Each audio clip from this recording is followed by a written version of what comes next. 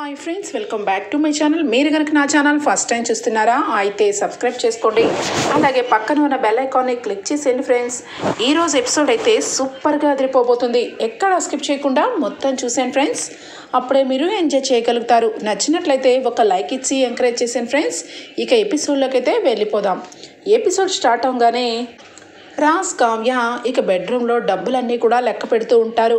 Next day ఇక బ్యాంకులో వేయాలి ఈ డబ్బు అంతా అని చెప్పి ఇక లెక్క పెడుతూ కరెక్ట్గా ఉన్నాయని చెప్పి అనుకుంటూ ఉండగా దూరం నుంచి రాహుల్ అయితే వాళ్ళ డబ్బుని వాళ్ళిద్దరు మాట్లాడుకున్న మాటల్ని విని వెంటనే రుద్రాణి దగ్గరికి వస్తాడు. మమ్మీ, ఈరోజు నీకు ఒక విషయం చెప్పాలనుకుంటున్నాను. వాళ్ళ దగ్గర రాజ్ కావ్య దగ్గర చాలా క్యాష్ ఉంది. ఇంచుమించు 2 కోట్ల రూపాయలు ఉన్నాయి అని చెప్పి అనగానే ఇక వెంటనే రుద్రాని, ఏంట్రా నువ్వు మాట్లాడేది? 2 కోట్ల రూపాయలు వాళ్ళ దగ్గర క్యాష్ ఉందా అనగానే, రామమ్మి కావాలంటే చూద్దు కానీ అని చెప్పి ఇక చూపించగానే ఇక వాళ్ళు డబ్బుని సూట్ కేసులో పెట్టడం చూస్తుంది రుద్రాని. ఒక్కసారిగా ఇక షాక్ అయిపోతుంది. ఇదేంటి, ఎంత డబ్బు ఇంటికి ఎందుకు తెచ్చారు? వీళ్ళు ఏదో చేస్తున్నారా, కానీ ఎవ్వరికీ తెలియకుండా జాగ్రత్త పడుతున్నారు. అదేదో మనం తెలుసుకోవాలి అంటే మనం ఖచ్చితంగా ఇలా చెయ్యాలి. అప్పుడే వీళ్ళు ఏం చేస్తున్నారో కుటుంబం అంతా తెలుసుకుంటుంది అని చెప్పి వెంటనే రాహుల్, రేపు పొద్దున్నే రాజ్ కావ్య వాళ్ళు బ్యాంకుకి బయలుదేరేటప్పుడు నువ్వు కూడా వెళ్ళి ఆ డబ్బుని ఏదో రకంగా ఇక నువ్వు దొంగతనం చెయ్యాలి. వాళ్ళు ఆ డబ్బు ఎక్కడ వరకు తీసుకెళ్తున్నారో కరెక్ట్గా అక్కడ వరకు వెళ్ళి అక్కడి నుంచి డబ్బు దొంగతనం చేసి ఇంటికి తీసుకురా అని చెప్పి అంటుంది రుద్రాణి. ఇక వెంటనే రాహుల్ అయితే, మమ్మీ, నేను ఇలాంటి విషయాల్లో చాలా షార్ప్గా ఉంటాను మమ్మీ. మంచి విషయాలు నాకు ఎక్కవు, కానీ ఇలాంటి విషయాలు చిటికలో చేస్తాను అని చెప్పి ఇక వెంటనే ఆ డబ్బు కొట్టేయాలని రాహుల్ రుద్రాని ప్లాన్ చేస్తారు. ఇక రాత్రంతా కూడా రాజ్ కావ్య ఆలోచిస్తూ ఉంటారు. ఏమండి, ఈ డబ్బుని ఈ 2 కోట్ల రూపాయలని బ్యాంక్లో ట్రాన్స్ఫర్ చేస్తే ఇక మనం అమెరికాకు వెళ్ళి వచ్చిన తర్వాత మిగతా 18 కోట్ల రూపాయలు కూడా ట్రాన్స్ఫర్ పెట్టేస్తే ఈ నెల మనం హాయిగా ఉండొచ్చండి.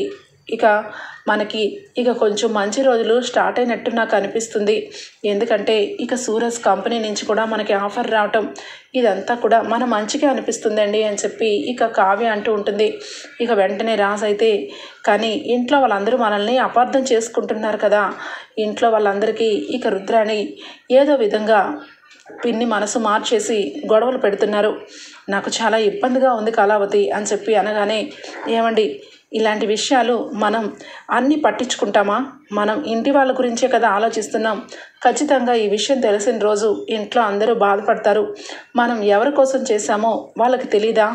ఈ విషయాలన్నీ మీరు పక్కన పెట్టేసి ముందు భోజనం చెయ్యండి అని చెప్పి అన్నం తీసుకొని వచ్చి రాజ్కి పళ్ళెంలో ఇక కలిపి ముద్దలు పెడుతూ ఉంటుంది. కావ్య అలా ముద్దలు పెడుతూ ఉంటే రాజ్ తింటూ ఉంటాడు. కళ్ళ వెంట నుంచి రాజు ఒక్కసారిగా కళ్ళ వెంట నీళ్లు పెట్టుకుంటాడు. అయ్యో, ఏమైందండి, కారం ఎక్కువైందా అనగానే, లేదు కళావతి, అన్నీ కరెక్ట్గానే ఉన్నాయి. ఇవి ఇక కారం నుండి వచ్చిన కన్నీళ్ళు కాదు. నిన్ను నేను చాలాసార్లు అపార్థం చేసుకున్నాను. ఇంట్లో నుంచి నిన్ను మీ ఇంటికి పంపించేశాను. ఈ ఇంటి గురించి నువ్వు ఎంతగానో తపన పడుతున్నావు. అలాగే ఇంట్లో నన్ను అందరికంటే ఎక్కువగా అర్థం చేసుకుంటున్నావు అని చెప్పి ఇక కావ్యని చాలా మెచ్చుకుంటూ ఇక కావ్యకి కూడా అన్నం పెడతాడు. ఏంటి, నేను భోజనం చేయలేదని మీకెలా తెలుసు అనగానే, నీ గురించి నాకు తెలీదా? ఖచ్చితంగా నేను భోజనం చేసిన రోజే నువ్వు కూడా భోజనం చేస్తావు, లేదంటే అలానే పడుకుంటావు అనగానే, అదేం కాదు, నేను అంత నేటి మహిళని కాదులేండి అనగానే, నువ్వు ఏ రకంగా ఉన్నా నీ మనస్తత్వం నాకు అర్థమైంది.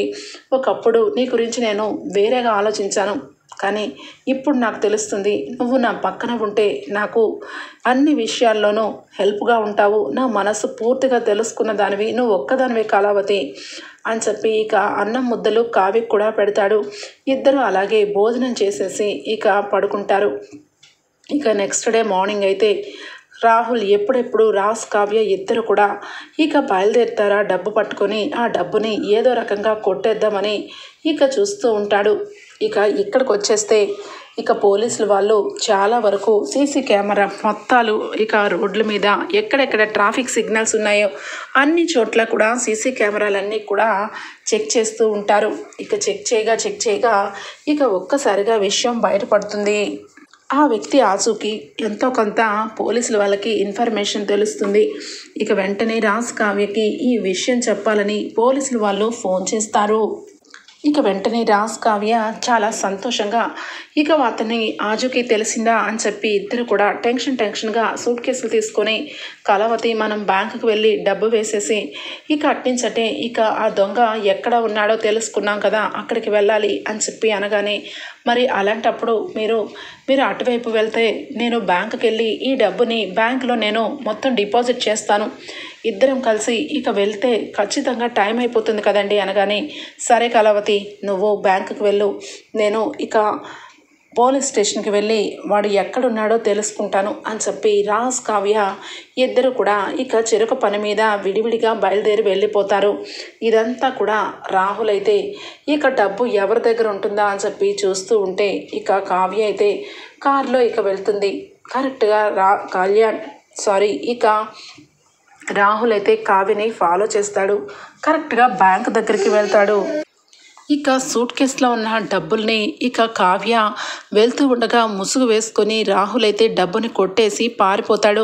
ఒక్కసారిగా హే అని చెప్పి వెనక పరిగెడుతూ ఉంటుంది కావ్య.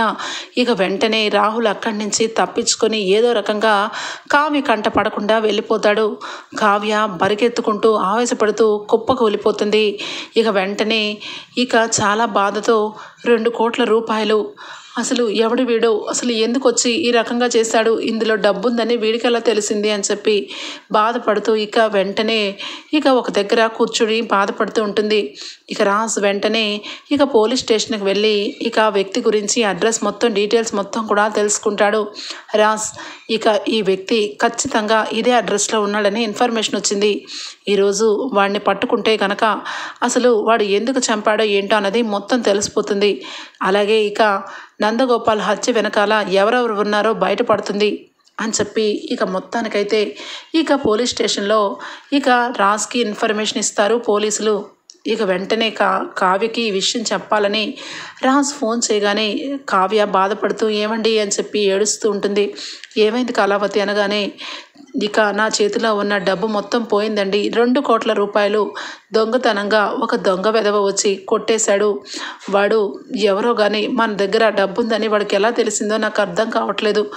ఇప్పుడు బ్యాంక్ దగ్గరే ఉన్నాను కానీ డబ్బులు మాత్రం లేవండి అని చెప్పి ఏడుస్తూ ఉంటుంది కావ్య. ఇక రాజ్ ఒక్కసారిగా షాక్ అయిపోతాడు. డబ్బు కొట్టేసి వెళ్ళిపోయాడా అని చెప్పి ఇక కళావతి ఏదైతేనే ఈరోజు ఆ దొంగ ఆజుకి తెలిసింది, వాడిని పట్టుకోవడానికి అడ్రస్ కూడా మనకి తెలిసింది, నేను అక్కడికి వెళ్తున్నాను అనగానే ఎక్కడండి అని చెప్పి కావ్య అంటుంది. ఇక వెంటనే అడ్రస్ నీకు షేర్ చేస్తాను, నేనైతే పోలీసుతో వెళ్తున్నాను అని చెప్పి రాజ్ అయితే ఇక ఆ వ్యక్తిని పట్టుకోవడానికి ఇక రాజ్ పోలీసులు వెళ్తారు. ఇక ఇక్కడికి వచ్చేస్తే రాహుల్ ఆ డబ్బంతా కొట్టేసి ఇక వెంటనే రుద్రాని దగ్గరికి తీసుకుని వస్తాడు. మమ్మీ నువ్వు చెప్పినట్టుగా చేస్తాను అనగానే నిన్ను గుర్తుపట్టలేదు కదా అని చెప్పి అనగానే నన్నెవరు గుర్తుపడతారు మమ్మీ, ఎవరు గుర్తుపట్టలేదు, డబ్బు సేఫ్టీగానే ఉంది అనగానే ఒక్కసారి ఉండరా అని చెప్పి చుట్టూ మొత్తం చూస్తుంది. ఇక ఎవరు లేకపోయేసరికి వెంటనే ఆ డబ్బు మొత్తం కూడా లోపల పెట్టేసి అమ్మయ్య మనం ఇక హ్యాపీగా ఈ డబ్బుతో ఎంజాయ్ చేయొచ్చురా, ఆ కావ్య అమెరికా వెళ్ళిపోయి ఇక మనల్ని ఏ రకంగా బాధ పెడుతుందా అని చెప్పి చాలా టెన్షన్ పడ్డాను. ఇప్పుడు ఆ 2 కోట్ల రూపాయలు మనం చాలా రోజులు ఒకరి దగ్గర చేయి చాచకుండా హ్యాపీగా బ్రతికేయచ్చు అని చెప్పి సంతోషపడిపోతూ ఉంటుంది ఇక రుద్రాని. మమ్మీ ఇప్పుడు గనక ఒకవేళ పోలీస్ కంప్లైంట్ కావ్య వాళ్ళు ఇస్తే ఖచ్చితంగా నేను దొరికిపోతాను కదా అని చెప్పనగానే అదేమి కాదు, నువ్వు మాస్క్ వేసుకున్నావు కదా అని చెప్పి ఇక నేను ఉన్నాను కదరా, నువ్వెందుకు టెన్షన్ పడతావు అని చెప్పి ఇక వెంటనే రుద్రాని అయితే హ్యాపీ మూడ్లోకి వెళ్ళిపోతుంది. ఇక మొత్తానికైతే ఆ దొంగ ఆజోకి తెలుసుకొని పోలీసులు రాజ్ వెళ్ళి ఆ వ్యక్తిని పట్టుకుంటారు. వాడు అక్కడి నుంచి పరారైపోతూ ఉంటాడు. ఇక పోలీసులు వచ్చారని సంగతి తెలుసుకొని అక్కడి నుంచి తప్పించుకుంటూ వెళ్ళిపోతూ ఉంటే కావ్య ఇక ఆ లొకేషన్ దగ్గరికి కావ్య కూడా వెళ్తుంది. ఇక వెళ్తూ ఒక రాయి పెట్టి ఇస్త్రీ కొడుతుంది. దెబ్బకి ఇక కాలుకు తగిలి కింద పడిపోతాడు. పోలీసులు వచ్చి పట్టుకుంటారు. ఇక వెంటనే రాజు అయితే, రేయ్ ఎక్కడికి వెళ్తున్నావురా అని చెప్పి గట్టిగా పట్టుకోగానే ఇక వెంటనే నాకేమీ తెలీదు, నన్ను వదిలిపెట్టండి అనగానే ఇక వెంటనే పోలీసులు అయితే, ఏంట్రా నీకు తెలియంది, నువ్వు ఒక వ్యక్తిని హత్య చేసావు, మర్యాదగా చెప్పు, నువ్వు ఆ హత్య ఎందుకు చేసావు అని చెప్పి ఇక లెఫ్ట్ అండ్ రైట్ ఇస్తారు పోలీసులు. నేనేంటి సార్, నేనేం హత్య చేయలేదు అనగానే, నువ్వు హత్య చేయడం మా కళ్ళారా మేము చూసాం, నువ్వు వెళ్ళిపోతూ ఉంటే నేను నీ నెంబర్ ప్లేట్ కూడా చూశాను, నువ్వే హత్య చేసావు, మర్యాదగా చెప్పరా అని చెప్పి ఇక గట్టిగా పట్టుకోగానే, ఏంటి సార్ ఏం మాట్లాడుతున్నారు, నేను హత్య చేయలేదు, ఏం చేయలేదు, నేనేదో చిన్న డ్రామా చేశాను అంతే, దానికి మీరు నన్ను ఇలా అరెస్ట్ చేస్తారా అని చెప్పి ఇక విషయం చెప్తాడు. ఇక కావ్య అయితే, ఏంటి డ్రామా ఆడావా, ఒక మనిషి ప్రాణాలని తీసేసింది కాక డ్రామా అంటావేంట్రా అని చెప్పి రాజ్ కూడా గట్టిగా నిలదీస్తాడు. లేదు సార్, నన్ను నమ్మండి, నేను అబద్ధం చెప్పట్లేదు, నాకు ఏమీ తెలీదు, కానీ ఒక విషయంలో మాత్రం నేను తప్పు చేశాను. మీరు ఆ రోజు నందగోపాల్ అనే వ్యక్తిని తీసుకొని పోలీసులు తీసుకొని వస్తూ ఉండగా నేను దూరం నుంచి కాల్చాను కదా, కానీ అదంతా ఉట్టి ఫేక్ అండి, నన్ను అరెస్ట్ చేసి నన్ను ఉరిశిక్ష వేయాలనుకుంటే మాత్రం నేను అస్సలు ఒప్పుకోను, ఆ మనిషి బ్రతికే ఉన్నాడు, చనిపోలేదు అని చెప్పి షాక్ ఇస్తాడు. ఒక్కసారిగా రాజ్ కావ్య ఇద్దరు ఆశ్చర్యపోతారు.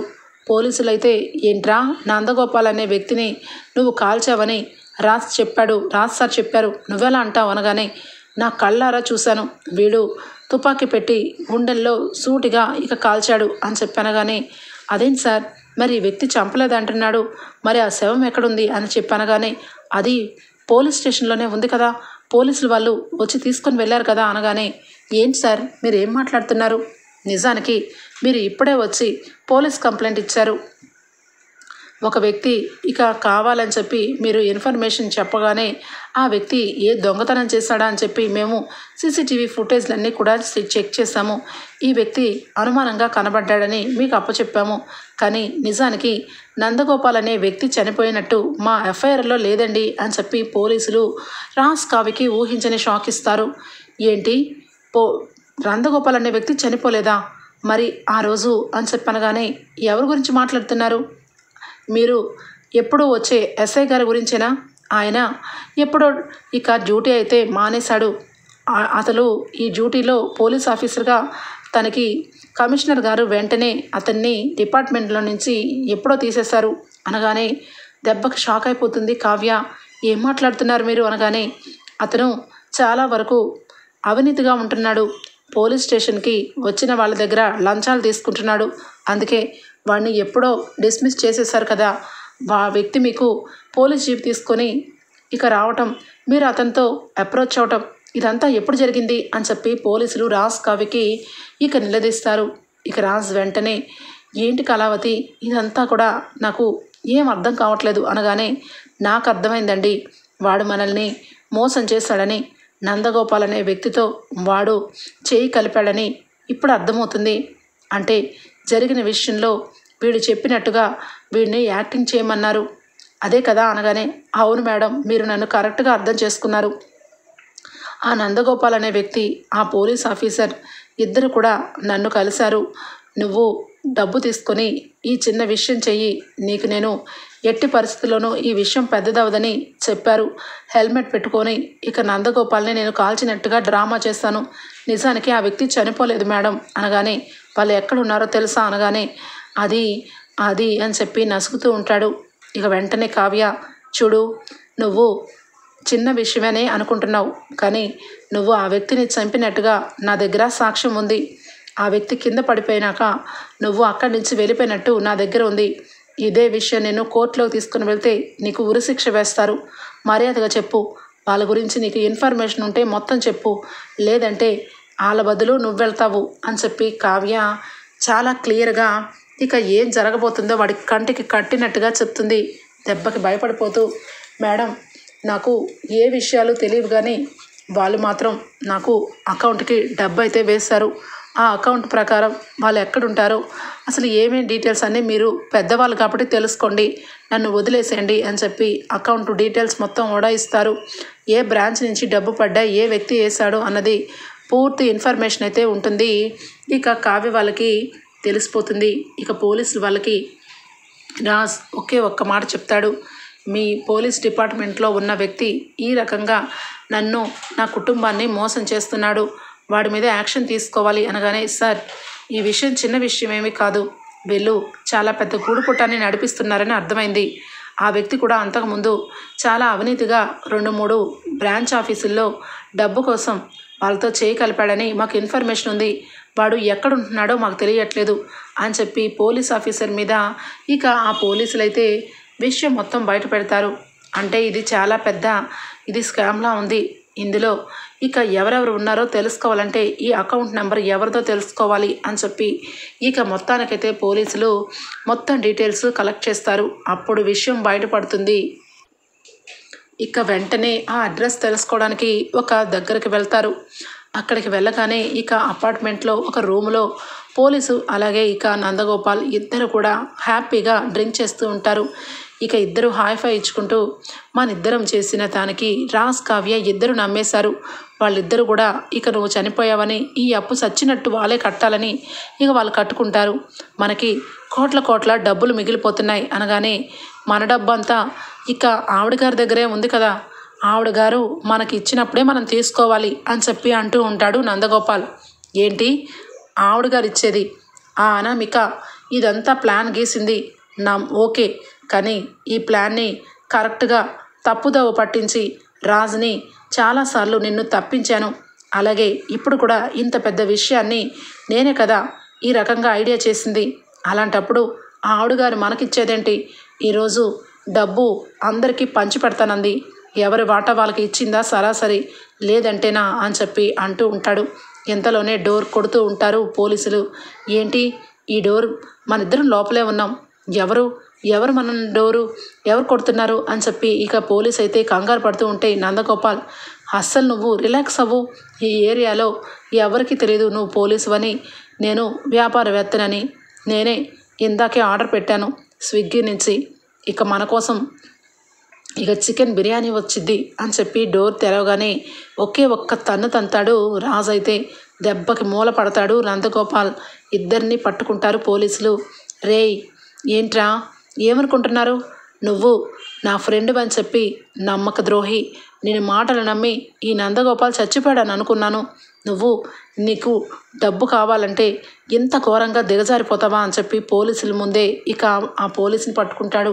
ఇక వెంటనే రేయ్ వదులు అని చెప్పి తప్పించుకోపోతుంటే కావ్యరాజ్ ఇద్దరు కూడా పోలీసులతో చుట్టుముట్టి ఇక నందగోపాల్ని, రేయ్ నువ్వు ఫారెన్ వెళ్ళాలతావో ఇక నువ్వు ఎలా వెళ్తావో నువ్వేమో చూస్తాం, మర్యాదగా జీపెక్కండి, మర్యాదగా డబ్బు మొత్తం బ్యాంకు కట్టు, లేదంటే ఇక్కడికిక్కడే చంపడేస్తాను అని చెప్పి ఇక రాజ్ అనగానే ఇక వెంటనే నా దగ్గర లేదు రాజ్, డబ్బు మొత్తం కూడా ఇక అనామిక దగ్గర ఉంది అనగానే దెబ్బకి షాక్ అయిపోతాడు రాజ్.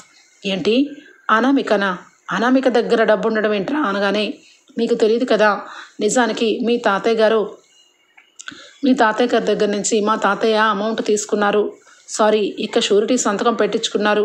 ఆ విషయాలన్నీ కూడా అనామిక సేకరించి నా దగ్గరకు వచ్చి ఇక సంతకం పెట్టినందుకు మీరు డబ్బు కడతారని, ఆ డబ్బుతో నాకు ఫారెన్ పంపిస్తానని ఇక నన్ను ఈ రకంగా వాడుకుంది. అసలుగా నిజంగా ఇదంతా నడిపింది అనామికని.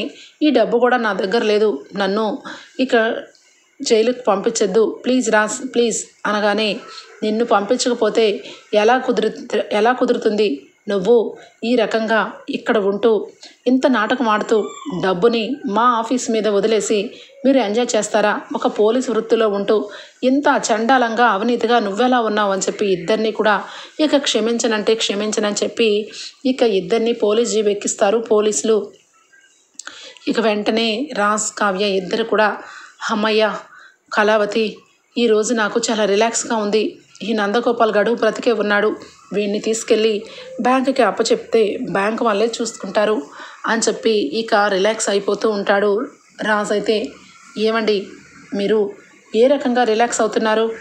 అనామిక ఎంత ఘోరంగా మనల్ని ఎదురు దెబ్బ కొట్టిందో చూస్తున్నారు కదా, డబ్బు మొత్తం అది తీసుకొని వీళ్ళని ముందు పెట్టి డ్రామా ఆడించింది. ఇవి కోర్టులో తేలేసరికి చాలా రోజులు పట్టేస్తుంది. మన డబ్బు మనకి రావాలి, ప్రజల డబ్బు ప్రజలకు వెళ్ళాలి. అలాగే ఆ అనామికకి ఎదురు లేని దెబ్బ కొట్టాలి అని చెప్పి కావ్య అంటుంది. అవును కళావతి, నువ్వు చెప్పింది కరెక్టే. ఈ అనామిక దగ్గర నుంచి మనం డబ్బుని ఏదో రకంగా ముందే మన అకౌంట్లోకి వచ్చేలా చేయాలి. అలాగే ఆ కంపెనీకి సంబంధించిన వాళ్ళ డీటెయిల్స్ మొత్తం సంబంధించినవన్నీ కూడా దివాలా తీసి బ్యాంకు వాళ్ళు జప్తు చేసుకునేలాగా నేను చేస్తానండి అని చెప్పి కావ్య అంటుంది. ఒక్కసారిగా రాజ్ షాక్ అయిపోతాడు. వీళ్ళిద్దరినీ అరెస్ట్ చేసి లోపల వేసిన తర్వాత అనామికకి ఇలాంటి విషయాలు ఇన్ఫర్మేషన్ ఏమీ తెలియనివ్వకుండా జాగ్రత్త పడాలి అని చెప్పి పోలీసులకి ఇక రిక్వెస్ట్ చేసి అనామిక దగ్గరికి అప్పుడే వెళ్ళకూడదని, నిజానికి అనామిక నందగోపాల్తో డీలింగ్స్ అయ్యే విషయాల్లో ఎక్కడ ఏ ప్రూఫ్లు లేవు కాబట్టి అనామిక తప్పించుకోవచ్చని ఇక ముందే తెలుసుకుంటారు పోలీసులైతే. ఇక వెంటనే అనామికకి స్పెషల్గా ఇక ట్రీట్మెంట్ చేయడానికి కావ్య అయితే బ్రహ్మాండమైన ప్లాన్ వేస్తుంది. ఏమండి, మనం ఎలాగో సూరజ్ కంపెనీతో ఇక మనం ఒక 2 నెలల్లో అమెరికా వెళ్ళాలి కాబట్టి ఖచ్చితంగా ఆ అనామిక మనం ఏది చేస్తే అది చేస్తుంది కాబట్టి ఇక అనామిక అకౌంట్లో నుంచి డబ్బు మొత్తం మన అకౌంట్లోకి వచ్చేలాగా నేను ప్లాన్ చేస్తాను అని చెప్పి ఇక ఇన్ఫర్మేషన్ అయితే పాస్ చేస్తుంది అనామికకి. అనామిక వెంటనే సామంత్తో కలిసి, ఏ సామంత్, వాళ్ళు అమెరికా వెళ్ళబోతున్నారంట. వాళ్ళు పెద్ద కంపెనీలో డీల్ కుదుర్చుకొని 40 కోట్ల రూపాయలు వాళ్ళు ఇక ప్రాజెక్ట్ వరకు తీసుకుందామని చూస్తున్నారు. మనకి ఆ డబ్బు మొత్తం మనకే రావాలి, దానికంటే 10 రెట్లు మనం ముందుగానే వెళ్ళాలి అని చెప్పి ఇక వెంటనే అమెరికాకి ప్రయాణం చేస్తారు. ఇక వెంటనే అమెరికా ప్రయాణానికి వెళ్ళేటప్పుడు ఇక అనామిక వల్ల డబ్బు ఎక్కడ దాచిపెట్టారో మొత్తం కూడా ఇక కావ్యరాజ్ అయితే ఇక ఇన్ఫర్మేషన్ తెలుసుకుంటారు. అంటే ఖచ్చితంగా వీళ్ళిద్దరూ కలిసి నమ్మేశారనమాట మన ప్లాను. సూరజ్కి మనం ఏమేం చెప్పామో అది మొత్తం కూడా ఇంప్లిమెంట్ చేయమని చెప్పండి అనగానే సూరజ్ అయితే అనామిక అలాగే ఇక సామంత్ని ఇద్దరిని అమెరికాలో కలిసి ఇక విషయాన్ని క్లియర్ అండ్ కట్గా చెప్తాడు. 40 కోట్ల రూపాయలు ఏంటి, 100 కోట్ల రూపాయలు ప్రాజెక్ట్ వర్క్ అది గనక వాళ్ళు గనక ఫినిష్ చేస్తే వాళ్ళకి చాలా డబ్బు వస్తుంది. అలాగే అమెరికాలో Swaraj group of company industry కూడా స్టార్ట్ చేస్తారు అని చెప్పి ఫేక్ ఇన్ఫర్మేషన్ ఇచ్చి వాళ్ళని తప్పుదోవ పట్టిస్తాడు సూరజ్. ఇక వెంటనే ఆలోచించకుండా ఇక కావ్య వాళ్ళు ఏది చేస్తే అది చేస్తానన్నట్టుగా అనామిక 100 కోట్ల రూపాయలు వాళ్ళ అకౌంట్లోకి వేస్తుంది. మేము కూడా ఈ ప్రాజెక్ట్లోకి కలవాలనుకుంటున్నాం, మాకు కూడా ఇక ఛాన్స్ ఇవ్వండి, వాళ్ళకంటే చాలా బాగా డిజైన్స్ గీస్తామని చెప్పి ఇక మొత్తానికైతే మోసపోయి అనామిక డబ్బుని ఇక వాళ్ళ అకౌంట్లోకి వేసి ఇక ఇండియాకి వస్తారు అనామిక సామంత్. ఇక మొత్తానికైతే ఇక డబ్బు అయితే రాజ్ అకౌంట్లోకి వచ్చేస్తుంది. రాజ్ కావ్య ఇద్దరు కూడా ఎప్పుడూ ముళ్ళుని ముళ్ళుతోనే తీయాలి. ఈరోజు ఈ డబ్బు ఇక ఈ 100 కోట్ల రూపాయలు మనకి ఇచ్చేసింది కాబట్టి ఇక మొత్తానికి ఇక ఆల్రెడీ వాళ్ళ ఆఫీస్లో ఉన్న డబ్బును కూడా తీసుకొని పేద ప్రజలకి ఇచ్చేయాలి అని చెప్పి అంటుంది. అదేంటి కళావతి, 100 కోట్ల రూపాయలు బ్యాంకుకి కట్టేస్తే అయిపోతుంది కదా అనగానే, లేదండి, ఇలాంటి దాన్ని ఖచ్చితంగా మోసం చేయాలి. ఎందుకంటే వీలాంటి వాళ్ళు చీడ పురుగులతో సమానం, వీళ్ళని జీవితాంతం కటకటాలు పాల చేయాలి అనగానే ఇక వెంటనే రాజ్ అలాంటి వాళ్ళని ఆ దేవుడే గట్టిగా శిక్షిస్తాడు కళావతి అని చెప్పి ఇక రాజ్ అంటాడు. మొత్తానికైతే ఇక డబ్బును తీసుకొని రాజ్ కావ్య ఇంటికి వచ్చేస్తారు. ఈ లోపల అనామిక వాళ్ళు ఇక మోసపోయినట్టుగా విషయం తెలుసుకుంటారు. ఇండియా రాగానే సూరజ్ కంపెనీకి సంబంధించినవన్నీ కూడా ఫేక్ అని చెప్పి తెలిసిపోతుంది. ఇక ఏం తెలియక సామంత్ అయితే, ఛీ, అసలు నీ మాట నమ్మి నిన్ను పక్కన పెట్టుకొని 100 కోట్లు మోసపోయాను. ఇప్పుడు ఈ 100 కోట్ల రూపాయలు ఇక నాకు జీవితంలో నేను ఎంత కష్టపడితే వస్తాయో అర్థం చేసుకో అని చెప్పి చాలా గట్టిగా అంటుంటే, వెంటనే ఏంటి సామంత్, ఏదో నేనొక్కదాన్నే నిన్ను కావాలని తీసుకెళ్ళినట్టుగా చేస్తావేంటి? ఇదే విషయం ఒకవేళ నిజంగా అది ప్రాజెక్టు నిజంగా సక్సెస్ అయితే ఈ మాట అనేవాడివా? అయినా ఎందుకు బాధపడుతున్నావు? మన దగ్గర 100 కోట్ల రూపాయలు ఆల్రెడీ ఉన్నాయి కదా. మనకి ఆ నందగోపాల్ గాడు మనకి డబ్బు మన దగ్గరే దాచాం కదా, ఆ డబ్బు ఉంది కాబట్టి మనం సేఫే అని చెప్పి అనగానే ఇక వెంటనే నందగోపాల్కి సంబంధించిన పోలీసులు ఇక అనామిక వాళ్ళ కంపెనీకి అయితే వస్తారు. వెంటనే అనామిక, పోలీసులు వస్తున్నారేంటి అని చెప్పి జాగ్రత్త పడిపోతూ ఉంటే పోలీసులు నందగోపాల్ వచ్చి ఇక అనామిక, నువ్వు లొంగిపో, మొత్తం విషయం అంతా చెప్పేశాను, 100 కోట్ల రూపాయలు నీ దగ్గరే ఉన్నాయని చెప్పాను. అది పోలీసులకి హ్యాండ్ ఓవర్ చేయి, లేదంటే పచ్చడి చేస్తారు అని చెప్పి నందగోపాల్ అంటాడు. ఏయ్, ఏం మాట్లాడుతున్నావు? నీకు నాకు సంబంధం ఏంటి అని చెప్పి దబాయిస్తూ ఉంటుంది.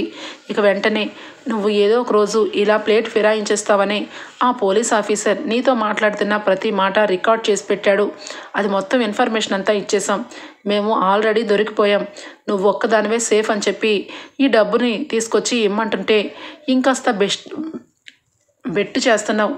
నన్ను కూడా పోలీస్ జీప్ ఎక్కిస్తారు, జాగ్రత్త అని చెప్పనగానే, అయినా నీకు అడగడం ఏంటి? ఇదిగోండి, ఈ కంపెనీ ఈ ఆఫీస్లోనే కింద గ్రౌండ్స్లో డబ్బు మొత్తం దాచిపెట్టి ఉంది అని చెప్పి ఇక నందగోపాల్ ఇన్ఫర్మేషన్ ఇవ్వగానే ఆ డబ్బు మొత్తం కూడా పోలీసులు హ్యాండ్ ఓవర్ చేసుకుంటారు. ఇక రాజ్, కావ్య ఇద్దరు కూడా ఇక నడుచుకుంటూ కంపెనీ దగ్గరికి వస్తారు. ఆల్రెడీ పోలీసులు ఇక అనామికని, సామంత్ని ఇద్దరిని కూడా అరెస్ట్ చేస్తూ ఉంటే, ఒక్క నిమిషం ఆగండి అని చెప్పి అంటుంది. ఇక కావ్య అయితే ఒక్కసారి ఇక అనామికకి ఏమీ అర్థం కాదు, చూస్తూ ఉంటుంది. ఏంటి, నువ్వు ఏదో ఒక రోజు ఈ పరిస్థితి వస్తుందని నువ్వు ఊహించలేదు కదూ? ఖచ్చితంగా వేరే వాళ్ళ చెడును కోరుకునే ఆడదానికి ఇలాగే జరుగుతుంది. డబ్బు నీ అకౌంట్లో నుంచి ఇక సూరజ్ కంపెనీకి వెళ్ళిపోయిందేమో అని చెప్పి ఫీల్ అవుతున్నావు కదా? అకౌంటు మారిపోయింది అనామిక, నీ డబ్బు మొత్తం మా దగ్గరే ఉంది అని చెప్పి అంటుంది కావ్య. ఒక్కసారిగా కావ్య, నువ్వు నన్ను మోసం చేస్తే నేను ఊరుకుంటాను అనుకుంటున్నావా అనగానే, ఏం చేస్తావు ఊరుకోపోతే? చెప్పు, జైల్లో చెప్పుకూడు తినడానికి రెడీగా ఉండు అని చెప్పి ఇక అప్పు ఎంటర్ అవుతుంది. ఒక్కసారిగా షాక్ అయిపోతుంది. అక్క, దీని సంగతి నాకు వదిలే. ఇలాంటి దాన్ని నువ్వు అనవసరంగా మాట్లాడి నీ టైం వేస్ట్ చేసుకోవద్దు. ఇలాంటి వాళ్ళని చితక్ కొట్టి సెల్లో పెడితే తప్ప మాకు సాటిస్ఫాక్షన్ ఉండదు అని చెప్పి అనగానే, ఏంటప్పు ఈరోజే డ్యూటీ ఎక్కావా అనగానే, అవును, సరాసరి పోలీస్ స్టేషన్కి వచ్చాను. ఇన్ఫర్మేషన్ అంతా నాకు పోలీస్ స్టేషన్లోనే విషయం తెలిసింది. ఈ అనామికకి అరెస్ట్ వారెంట్ నాకే ఇచ్చారు, అందుకే ఇక్కడికి వచ్చాను అని చెప్పి ఇక అనామికకి సంఖ్యలు వేస్తుంది అప్పు. అయితే ఇక సామంత్ అయితే ఇక వెంటనే ఫోన్ల మీద ఫోన్లు చేస్తూ ఉంటారు లాయర్కి బెయిల్ కోసం. ఎక్కడికి వెళ్తావు సామంత్? ఈ విషయంలో నీది కూడా బాగా ఉంది. అనామికకి నువ్వు పక్కనే ఉండి ప్రతి దాంట్లోనూ హెల్ప్ చేస్తూ ఇలాంటి ఆడవాళ్ళని ప్రోత్సహిస్తూ ఎదుటి వాళ్ళ కంపెనీల్ని దిగజార్చాలని చూసే నీలాంటి వాడికి కూడా అరెస్ట్ వారంటే వచ్చింది అని చెప్పి ఇద్దరికి సంఖ్యలు వేస్తుంది అప్పు. ఇక ఏమీ చేయలేక, లాయర్ గారు, మాకు బెయిల్ కావాలి, ఇమీడియట్గా బెయిల్ కావాలి అని చెప్పి ఇక మోసం జరిగింది అని చెప్పి పిచ్చివాళ్ళగా అరుస్తూ ఉంటాడు.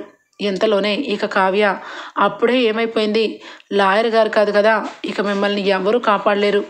ఎవరి కంపెనీలను అయితే మూత పడేసేలా చేసి ఎవరి ఆస్తినైతే పూర్తిగా ఇక బ్యాంకు వాళ్ళు జప్తు చేయాలని మీరు అనుకున్నారో, అదే ఆస్తి, మీ ఆస్తులు మొత్తం జప్తు చేసే రోజు వచ్చింది.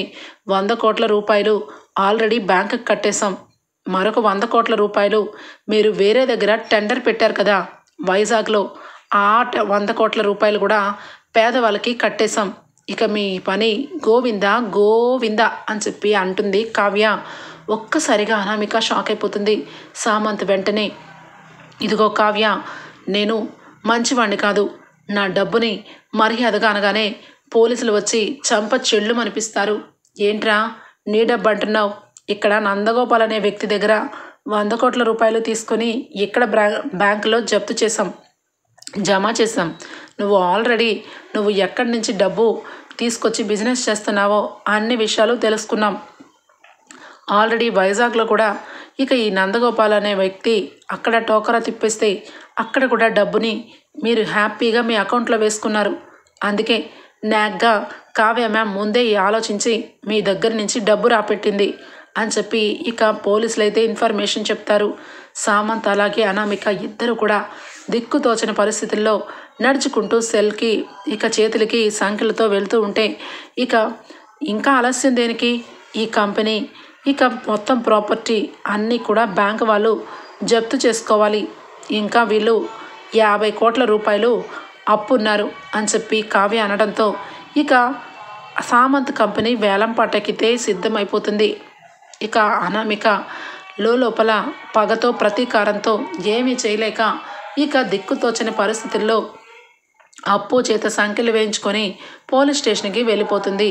ఇక మొత్తానికైతే ఈ ఇంట్లో అందరూ కూడా కావ్యరాజ్ చేసిన పనికి ఇక తెలుసుకొని చాలా తప్పు చేశామే అని చెప్పి బాధపడుతూ ఉంటారు. ఇక 2 కోట్ల రూపాయలు కొట్టేసి ఇక రాహుల్ అయితే హ్యాపీగా మంచం మీద పడుకొని ఇక చూస్తూ ఉంటాడు. కావ్య ఇక రాహుల్ రాజ్ అందరూ కూడా ఇక 2 కోట్ల రూపాయలు కొట్టేసిన దొంగ గురించి పోలీస్ కంప్లైంట్ ఇవ్వాలండి అని చెప్పి అంటూ ఉంటే ఇక కావ్యని పిలుస్తుంది స్వప్న. మీరు ఏ కంప్లైంట్ ఇవ్వద్దక్క, నిజానికి ఆ డబ్బు ఇంట్లోనే ఉంది. ఈ ఇంట్లో దొంగని ఈశ్వరుడైనా పట్టుకోలేడు. మా అత్త నా మొగుడు ఇద్దరు కలిసి నీ దగ్గర డబ్బు కొట్టేశారు. ఈ విషయం తెలుసుకొని నేను వాళ్ళ దగ్గర డబ్బు కొట్టేశాను, ఇదిగోండి మీ డబ్బు అని చెప్పి ఇక రాజ్ కావ్యకి డబ్బు అప్పచెప్తుంది. ఇక రుద్రాణి దగ్గరికి వచ్చి, ఇదిగో అత్త, నువ్వు ఈ పాటికి సెల్లో ఊచలు లెక్క పెట్టుకుంటూ ఉండాలి. నీ కొడుకు నీ పక్కనే తెల్ల బట్టలు వేసుకొని ఎప్పుడెప్పుడు చిప్పలో అన్నం తిందామా అని చెప్పి వెయిట్ చేస్తూ ఉండాలి. మీ ఇద్దరిని నేను కాపాడాను అని చెప్పి అనగానే, ఏంటి ఏం మాట్లాడుతున్నావు అనగానే, మీరు డబ్బు కొట్టుకొచ్చిన రోజే మీ పని అందరి ముందు పెడదాం అనుకున్నాను, కానీ నాకు నెలలు నిండుతున్నాయి. నీ కొడుకు అనేవాడు నా కడుపులో ఉన్న బిడ్డకి తండ్రి కాబట్టి వాడిని అందరి ముందు బయట పెడితే వాడిని గెంటు పడేస్తారని ఈ విషయం దాచిపెట్టాను.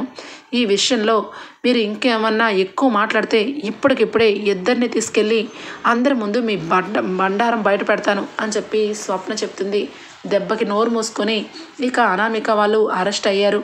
ఇటు చూస్తే ఇక రాజ్ వాళ్ళు అనుకోకుండా కోట్లు సంపాదిస్తున్నారు. ఈ టైంలో దీని మాటకి ఒప్పుకోపోతే నన్ను నిజంగా అందరి ముందు సెల్లో పెట్టించిద్దని దెబ్బకు నోరు మూసుకుంటుంది ఇక రుద్రాణి. రాబోయే ఎపిసోడ్స్లో ఈ విధంగానే జరగబోతుంది. మీకు గనక నచ్చినట్లయితే ఒక లైక్ ఇచ్చేయండి friends. Bye, take care, thank you for